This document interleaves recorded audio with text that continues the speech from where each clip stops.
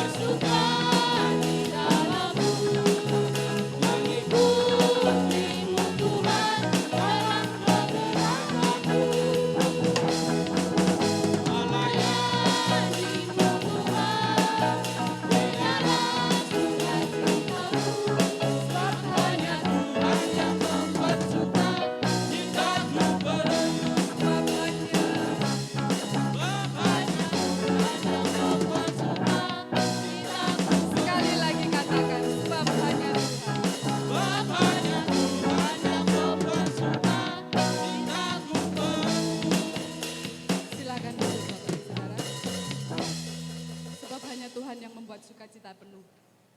Mungkin ada pada pagi hari ini yang ingin menyaksikan cinta kasih Tuhan, saya persilahkan.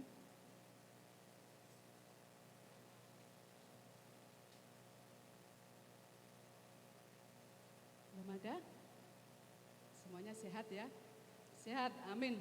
Hari ini kita dipulihkan oleh Tuhan dalam segala keadaan kita, baik waktu kita sakit, waktu kita sehat, waktu kita berkelimpahan maupun di dalam kekurangan, kita akan selalu mengucap syukur kepada Tuhan. Haleluya Yesus. Kita akan masuk ke dalam kebenaran firman Tuhan. Kita siapkan hati kita. Kita undang Roh Kudus untuk hadir pada pagi hari ini. Haleluya Yesus.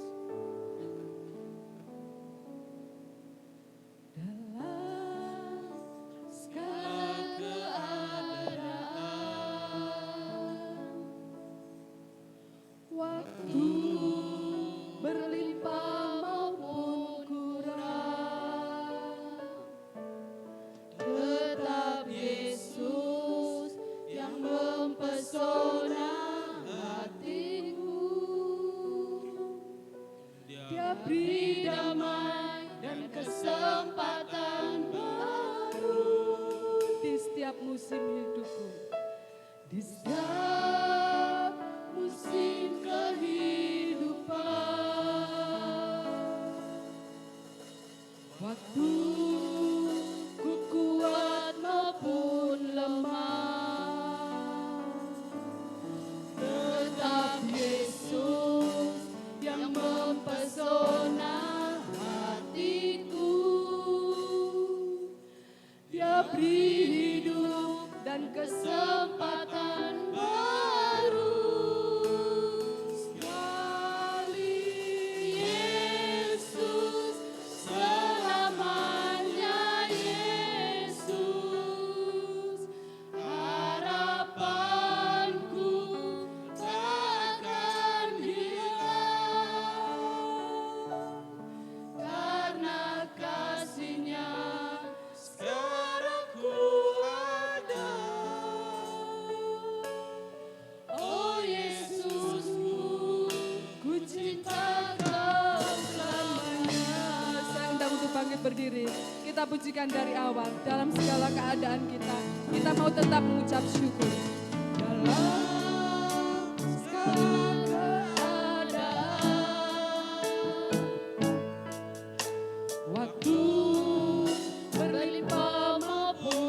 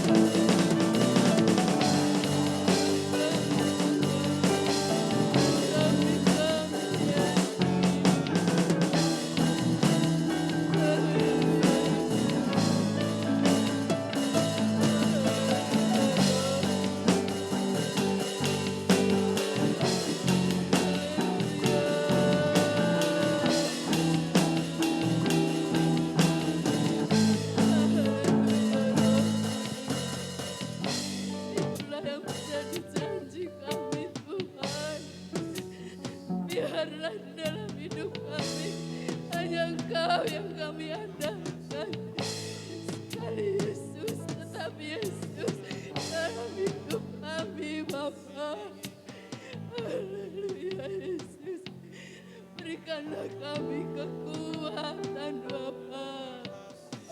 Haleluya Yesus. Kita pujikan dengan penuh kerinduan kepada Bapa yang selalu mengasihi kita. Haleluya Yesus. Sekali Yesus selamanya Yesus.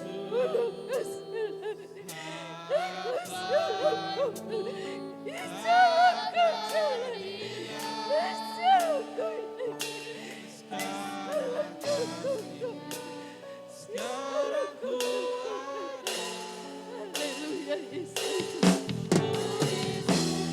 Sekali lagi katakan, sekali Yesus selamanya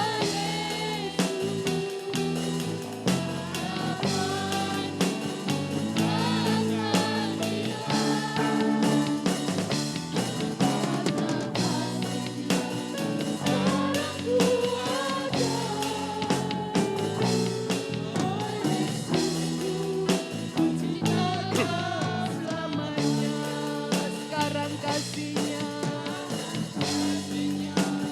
sekarang kuada. Oh Yesusku selamanya.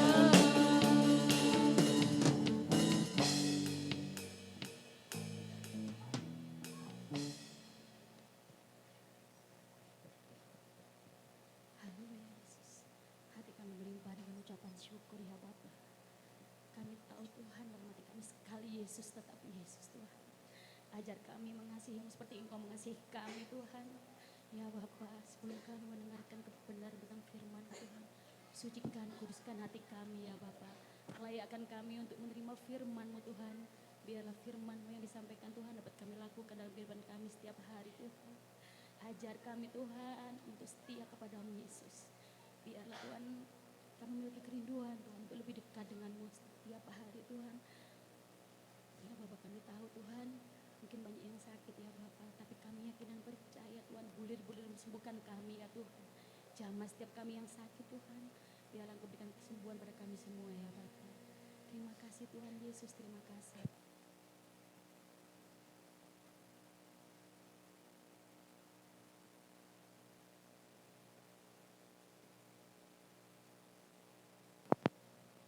Lain Tuhan, kami usir, kami tinggal di dalam nama Tuhan Yesus Kristus. Berkati Tuhan hamba kami yang menyampaikan kebenaran firman dia Bapa. Berkati keluarganya Tuhan, pelayanannya dimanapun dia berada Tuhan. Kami yakin dan percaya Tuhan, Kau buat dia lebih berbuah lagi ya Bapa. Terima kasih Tuhan, kami siap untuk mendengarkan firman-Mu di dalam nama Tuhan Yesus Kristus. Haleluya. Ya, puji nama Tuhan. Bisa tolong dikecilkan sedikit. Yang mic 19, ya dikecilin sedikit.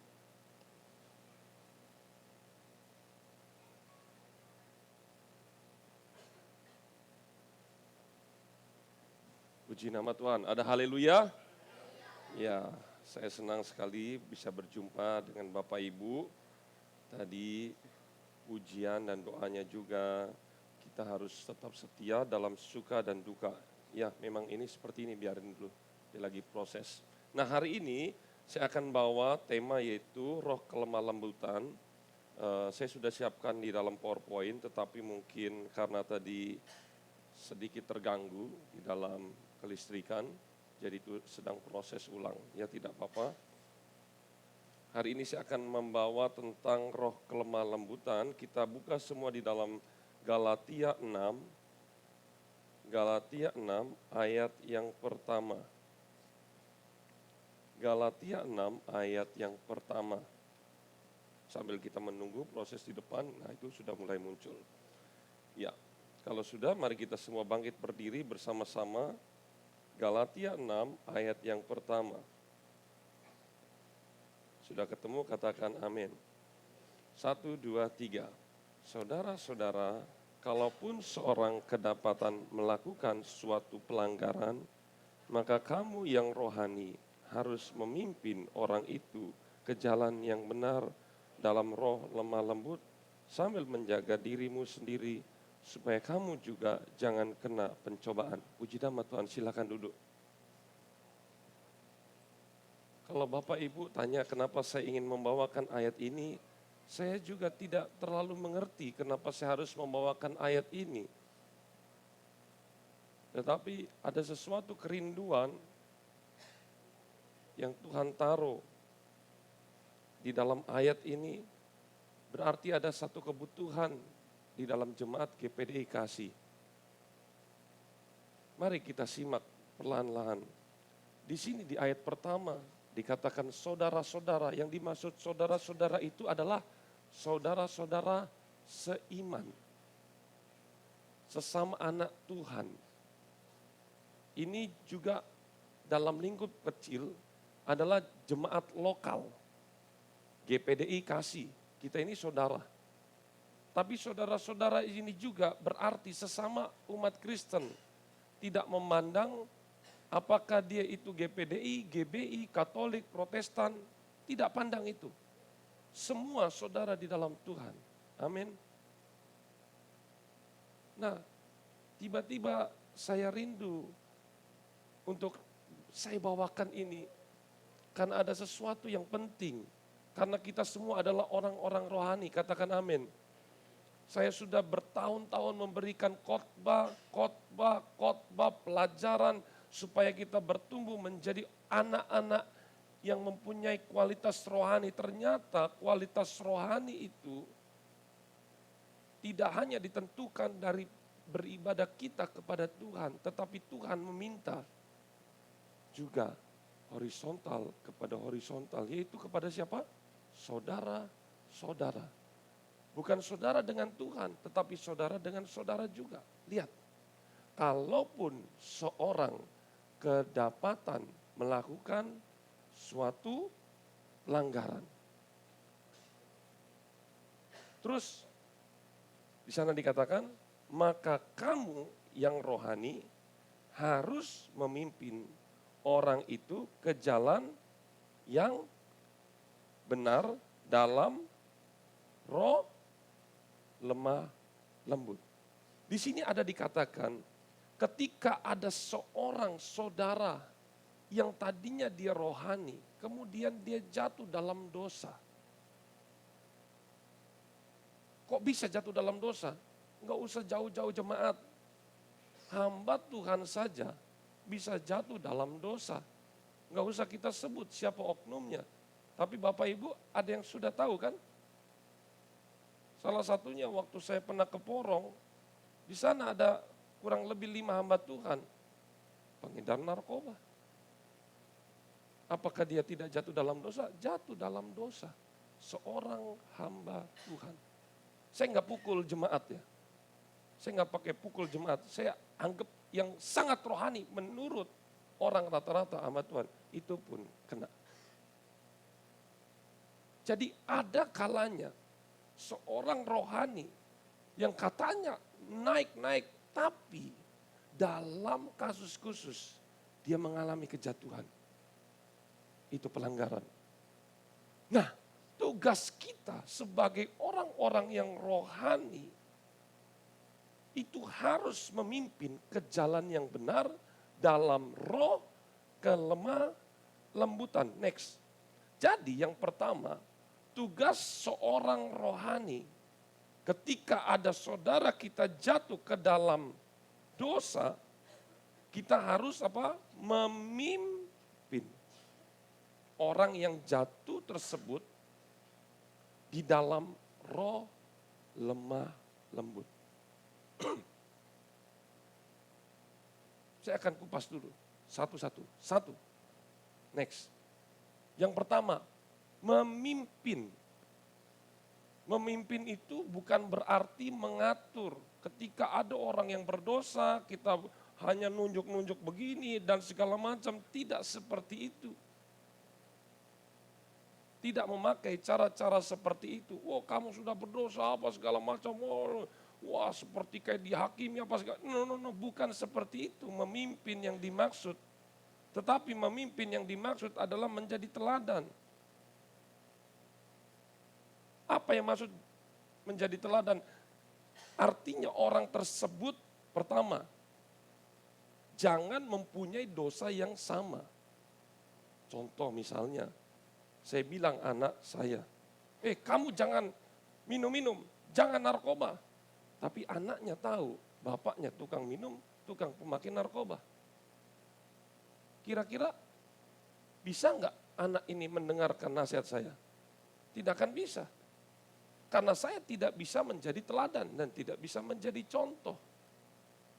Jadi yang tugas kita sebagai orang-orang rohani, yang pertama adalah memimpin.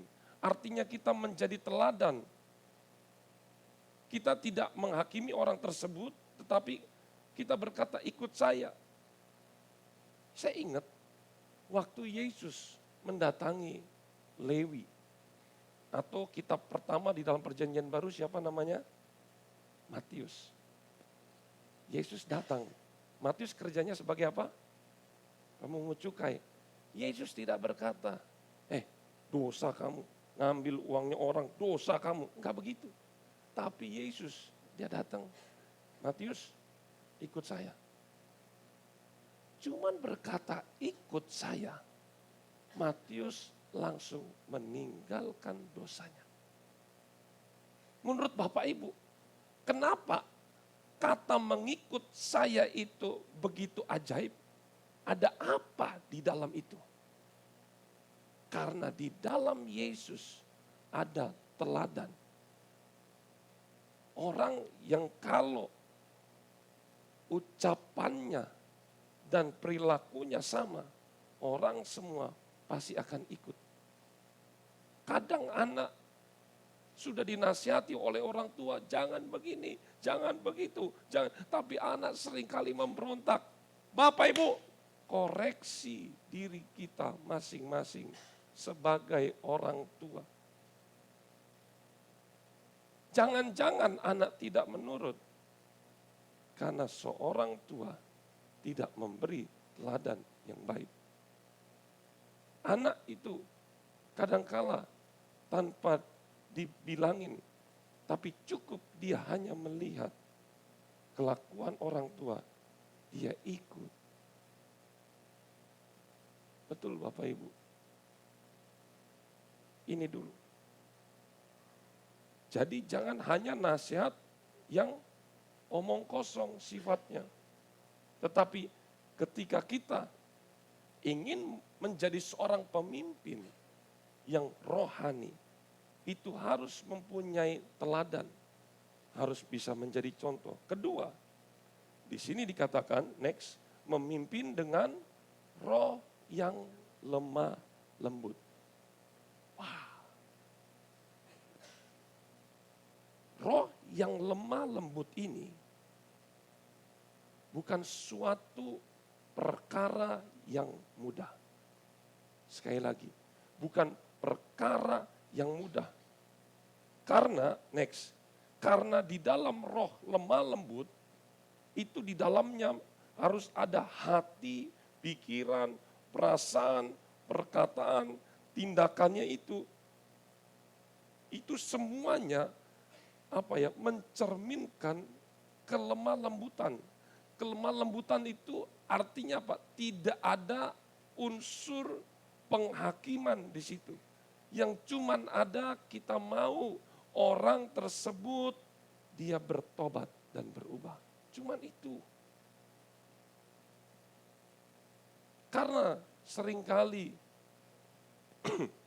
saya melihat atau saya juga pernah mengalaminya ketika ada orang jatuh dalam dosa, kecenderungan orang-orang rohani itu di dalam sini lebih gampang.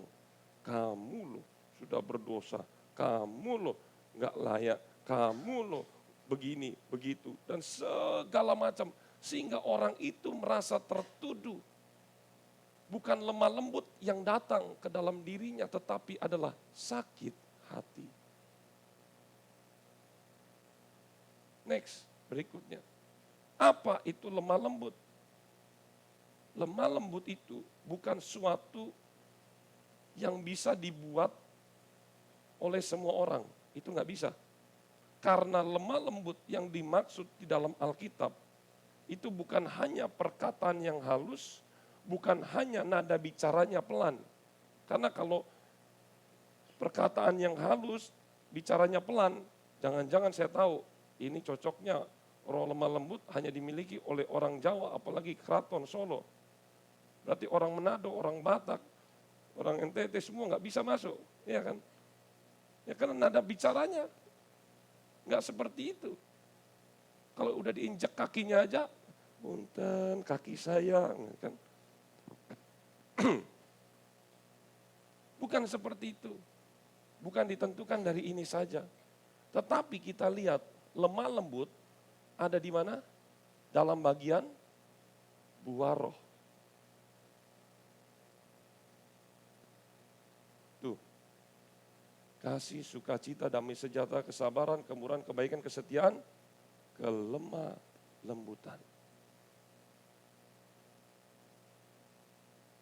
Di dalam kelemah lembutan tidak ada kemunafikan. Kemunafikan, dia mempunyai ketulusan untuk mengubah orang tersebut.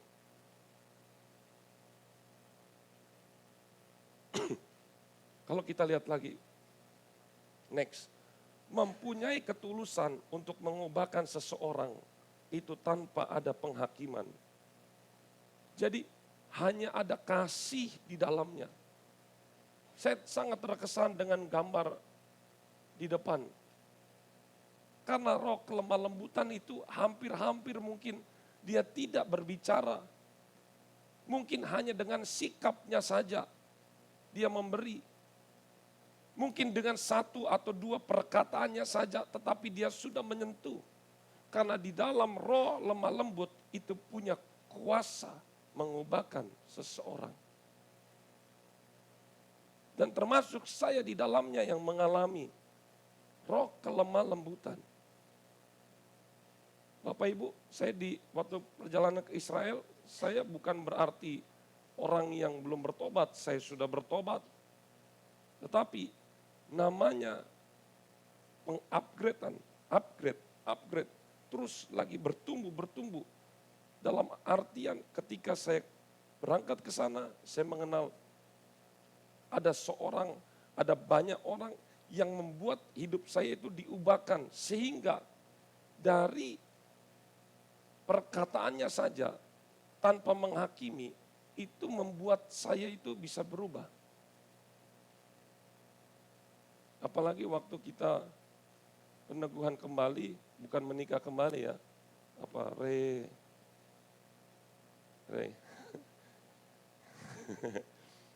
Jadi waktu di sana itu, di Kana itu, peneguhan kembali janji nikah, di situ semakin lagi dibangkitkan tanpa ada penghakiman, di situ hanya ada ketulusan dan rasanya itu kalau orang berubah dengan kesadaran itu lebih dapat daripada orang berubah itu ditarik, dipaksa. Mungkin Bapak Ibu bisa mengerti maksud saya.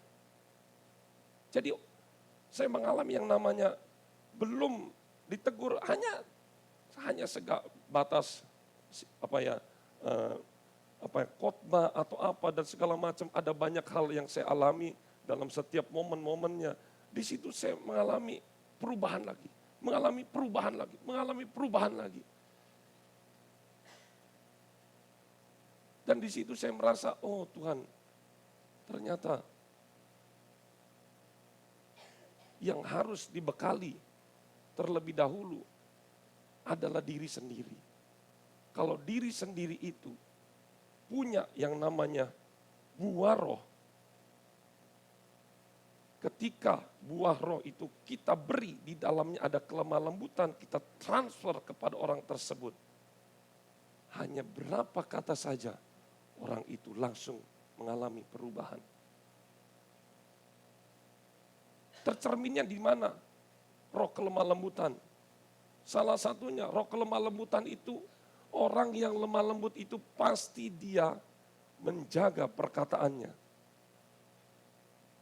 Ketika ingin menasihati seseorang yang jatuh dalam dosa, pasti dia menjaga kata-katanya supaya tidak menyakiti, tetapi mengobati orang tersebut. Katakan amin.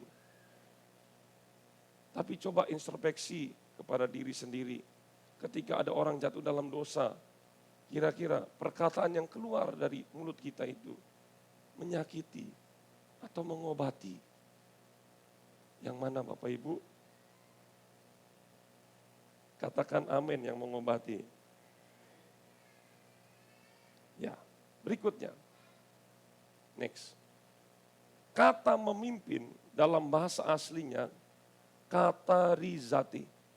Itu ternyata memimpin itu artinya seperti seorang dokter sedang mengobati pasien. Ya, ini nih, ada lutut yang luka, dia itu meluruskan tulang. Kalau misalnya dalam teknik kedokteran sekarang di apa namanya? Digips. Digips, diluruskan. Saya mau tanya Bapak Ibu, siapa di sini pernah patah tulang atau keseleo? Angkat tangan. Angkat tangan, siapa yang pernah? Oh enggak ada. Pak, kalau gini gimana Pak? Nangis Pak ya? Jadi harus diapain Pak?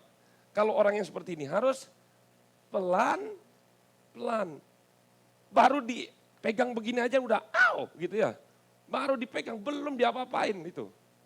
Jadi bisa bayangin, seorang pemimpin yang akan membawa orang tersebut ke dalam jalan yang benar, itu harus memiliki kelemah lembutan. Karena apa? Karena ini sama seperti meluruskan tulang sendi. Harus sangat hati-hati. Jangan sampai ketika dia sudah jatuh dalam dosa, ketika kita salah menanganinya, malah dia akan keluar dan meninggalkan Tuhan. Itu dia Bapak Ibu. Harus sangat hati-hati. Jadi yang saya ingin lakukan pada saat pagi ini, kita adalah sebagai orang-orang rohani, milikilah roh kelemah lembutan. Juga sebagai penyadar, mungkin kita selama ini, oh ya betul Om, selama ini ketika saya jatuh dalam dosa, saya tidak mendapatkan roh kelemah lembutan, justru saya mendapatkan penghakiman. Mulai hari ini, kita lupakan yang lalu. Kita lihat yang benar di dalam firman Tuhan, di dalam mendidik jemaat. Berikutnya, kita lihat di sini. Next. Ada beberapa contoh. Yesus semua memakai cara roh kelemah lembutan. Saya ingin bertanya, Zakius dosanya adalah sebagai kepala pemungut cukai.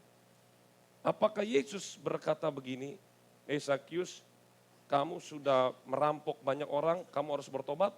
Atau bagaimana perkataan Yesus? Supaya Zakius bertobat? Tuh, Ibu Gago bilang, Yesus melihat ke atas, Zakius turun. Iya tuh, aku akan makan di rumahmu. Cuma gara-gara Yesus menyebut nama Zakius, saya mau menumpang di rumahmu, Zakius bertobat. Sampai akhir, Yesus tidak pernah menyentil sedikit pun dosanya. Coba bisa Bapak Ibu bayangkan. Tapi justru inilah power kelemah lembutan. Ketika Yesus mengasihi, sedangkan orang-orang lain menghakimi. Zakius merasa, ya ampun, saya ini jenderalnya pemungut cukai, kepalanya pemungut cukai. Kok Yesus mau makan di rumah saya? Saya lihat aja udah senang, ini mau makan. Saya yakin Zakius waktu itu mengalami kegembiraan yang dahsyat luar biasa. Dan Zakius tidak mengalami penghakiman, tapi dia mengalami diobati. hari itu juga dia mengalami perubahan yang dahsyat. Amin. Coba next berikutnya. Nah ini tadi kita sudah lihat ya. Matius, Lewi, pemungut cukai. Next berikutnya. Lihat perumpamaan Samaria. Di dalam Yohanes. Bagaimana ceritanya?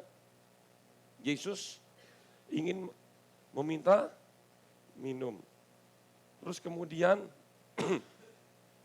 singkat cerita, bagaimana Yesus supaya wanita ini bertobat?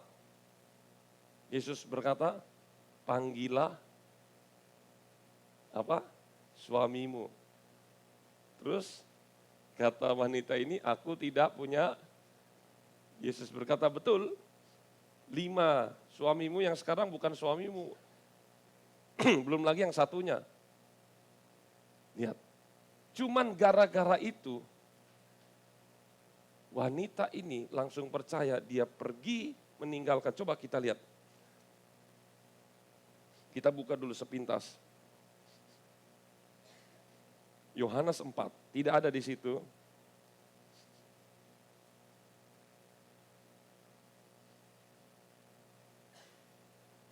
Yohanes 4 ayat 16.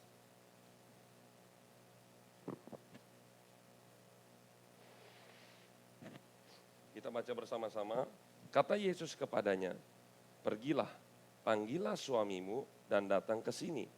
Kata perempuan itu, aku tidak mempunyai suami.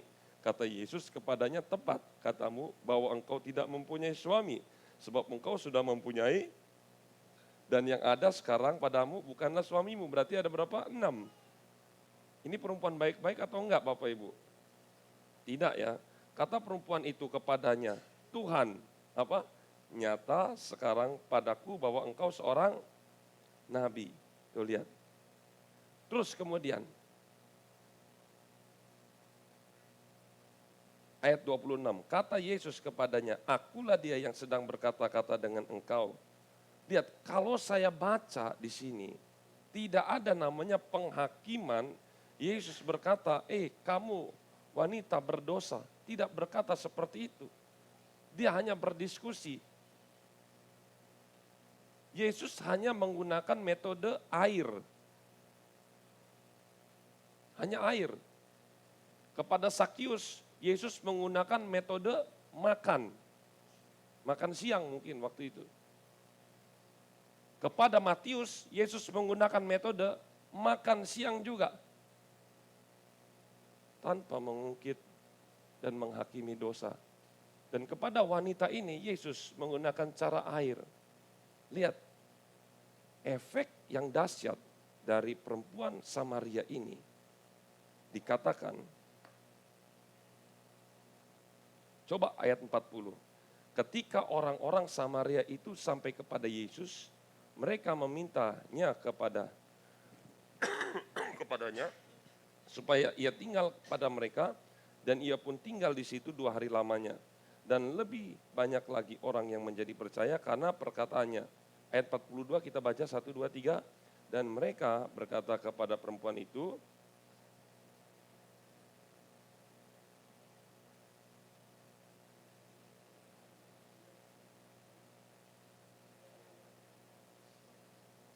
nah, lihat di sini.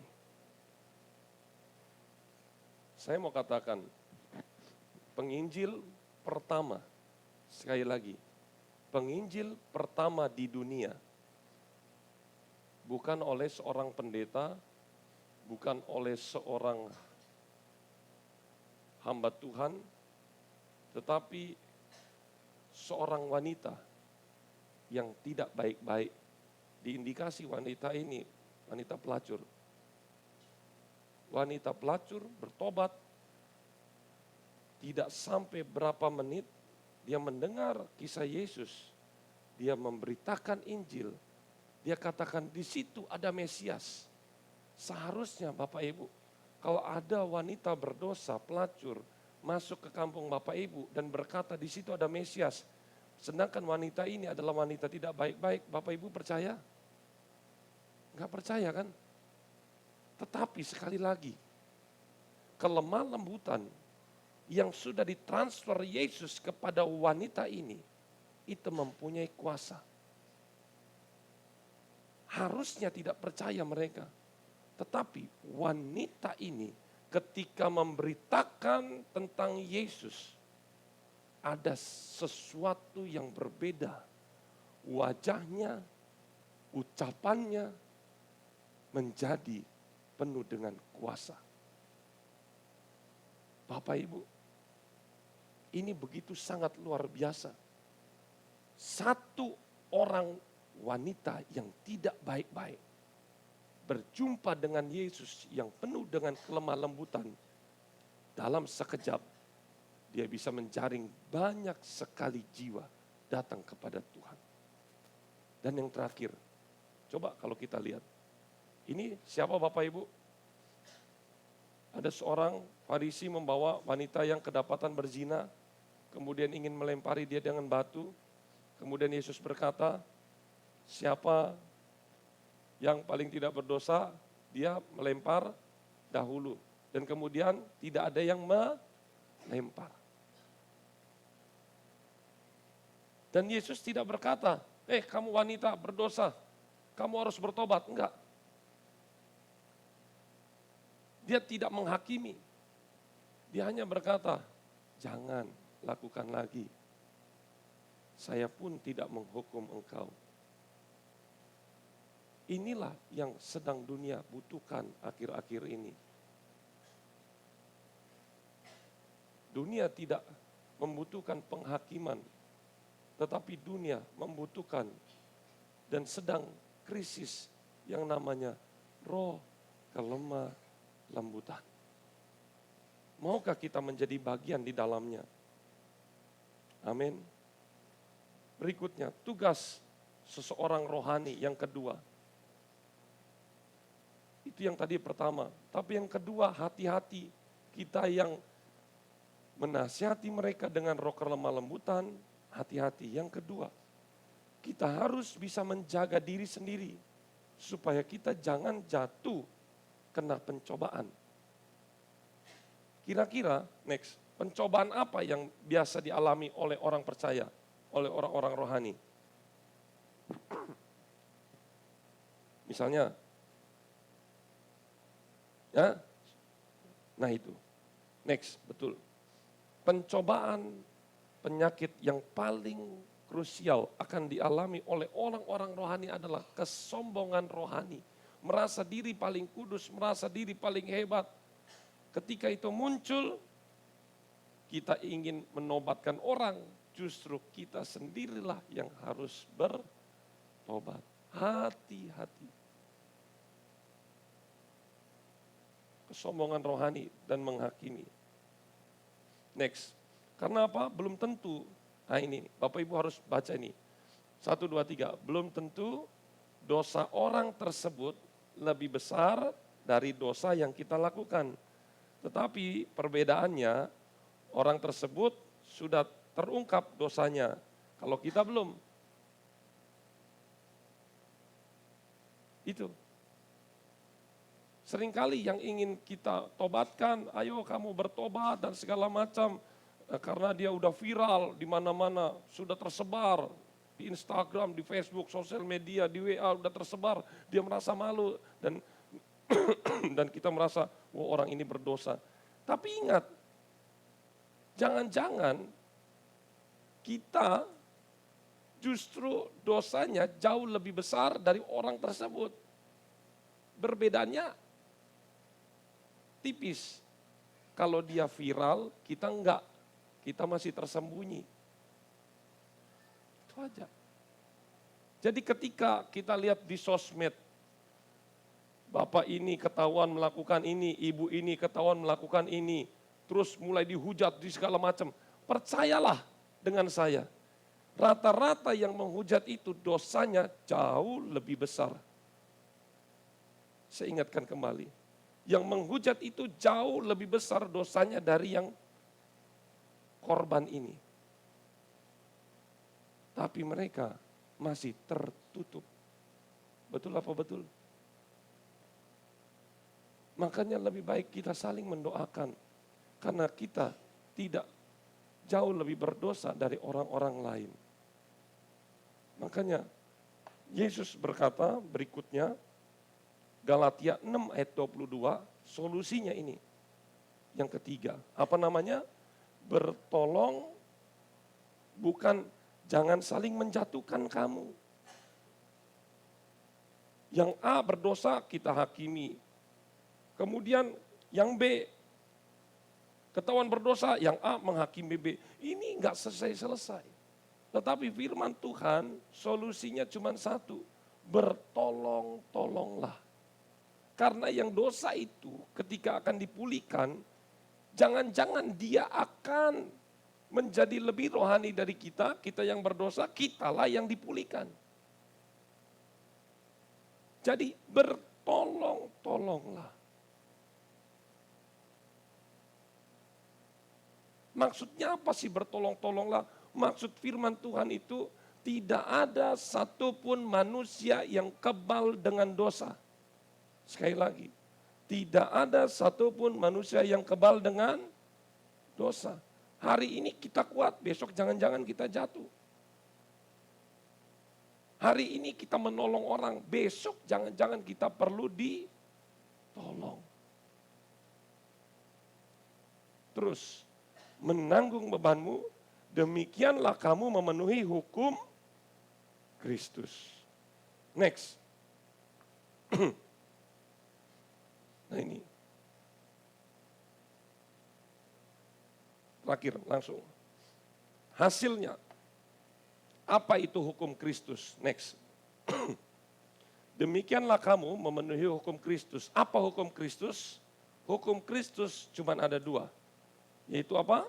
Kasihi Tuhan dengan segenap hati, segenap jiwa, segenap akal budi, segenap kekuatan. Kasihilah manusia segenap hati seperti dirimu sendiri. Terjadilah hukum Kristus, artinya hukum salib. Kalau kita mempunyai roh kelemah lembutan, saling bertolong-tolonglah, maka kita sudah memenuhi hukum salib, hukum kasih. Biarlah pada pagi ini menjelang siang, kita mulai memikirkan, kira-kira posisi kita perlu menolong orang lain atau justru kita perlu ditolong. Tetapi siang ini, mari kita sama-sama membangun iman kita. Yang berdosa, kita serahkan dosa kita kepada Tuhan. Karena pagi ini, siang ini, Tuhan yakin akan mengampuni setiap dosa-dosa kita. Amin. Mari kita nyanyikan lagu itu. Sekali Yesus, tetap Yesus. Bapak Ibu, jangan merasa dirimu minder. Jangan merasa dirimu orang yang paling berdosa. Hari ini ada Yesus, Maha Pengampun. Dia akan mengubahkan kita. Yesus kasihnya dia tidak pernah berubah. Mari kita masuk di dalam doa. Saya serahkan kepada Ibu Gembala.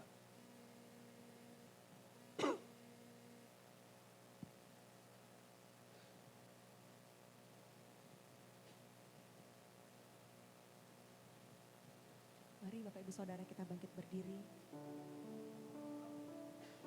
Biar dalam segala keadaan kita tetap mengandalkan Tuhan. Haleluya Yesus. Terima kasih Bapa.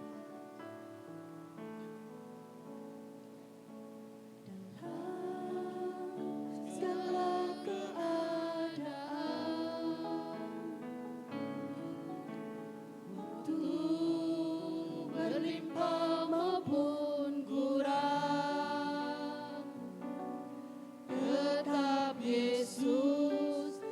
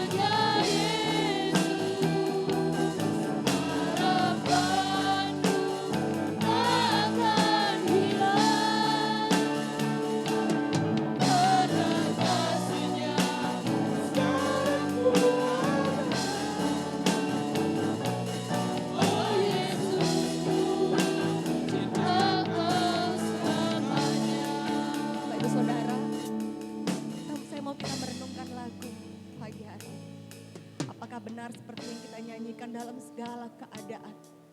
Saat kita berlimpah, saat kita kurang, saat kita kuat, saat kita lemah. Apakah benar hanya Yesus yang mempesona hati kita? Biar pagi hari ini dengan penuh iman kita katakan, Yesus sekali, Yesus, hanya Yesus untuk selama-lamanya. Biarlah ini menjadi janji kami Tuhan. Haleluya Yesus.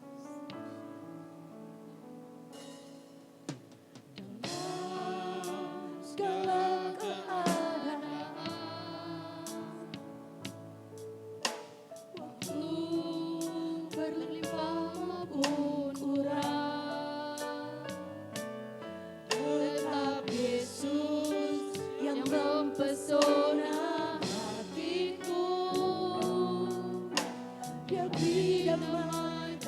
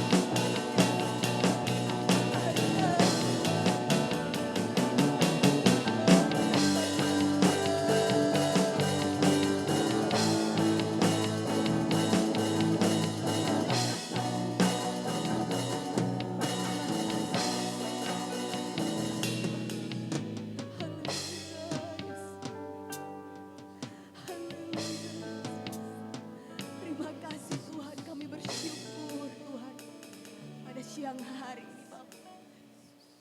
Kami merasakan kebaikan, kemurahan Tuhan dalam hidup kami. Kalau firman-Mu sudah dibentangkan Tuhan dalam hidup kami, biarlah Tuhan Yesus, kami minta roh kelemah lembutan itu ada dalam hidup kami Tuhan. Biar kami bisa menjadi teladan bagi sesama kami Tuhan. Biar kami tidak mudah menghakimi orang lain. Kami semua adalah orang-orang yang berdosa. Tuhanlah yang melayakkan kami. Karena itu Tuhan, biar buah-buah roh itu ada dalam hidup kami. Kami bisa merangkul saudara-saudara kami yang sedang jatuh.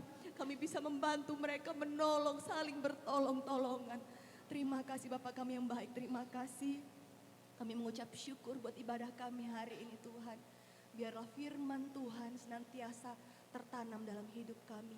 Bahkan bertumbuh-tumbuh berbuah-buah untuk hormat kemuliaan nama Tuhan. Memberkati hamba-Mu Tuhan yang telah menyampaikan firman Tuhan. Pakai lebih lagi untuk hormat kemuliaan nama Tuhan. Kami semua yang telah mendengar, kami pulang membawa berkat yang dahsyat luar biasa dari Tuhan. Terima kasih Bapak kami yang baik, terima kasih Tuhan. Kami sebentar akan memberikan korban persembahan. Biar korban persembahan kami Tuhan menyenangkan hati-Mu. Dalam berkat nama Tuhan Yesus Kristus kami mengucap syukur, haleluya, amin.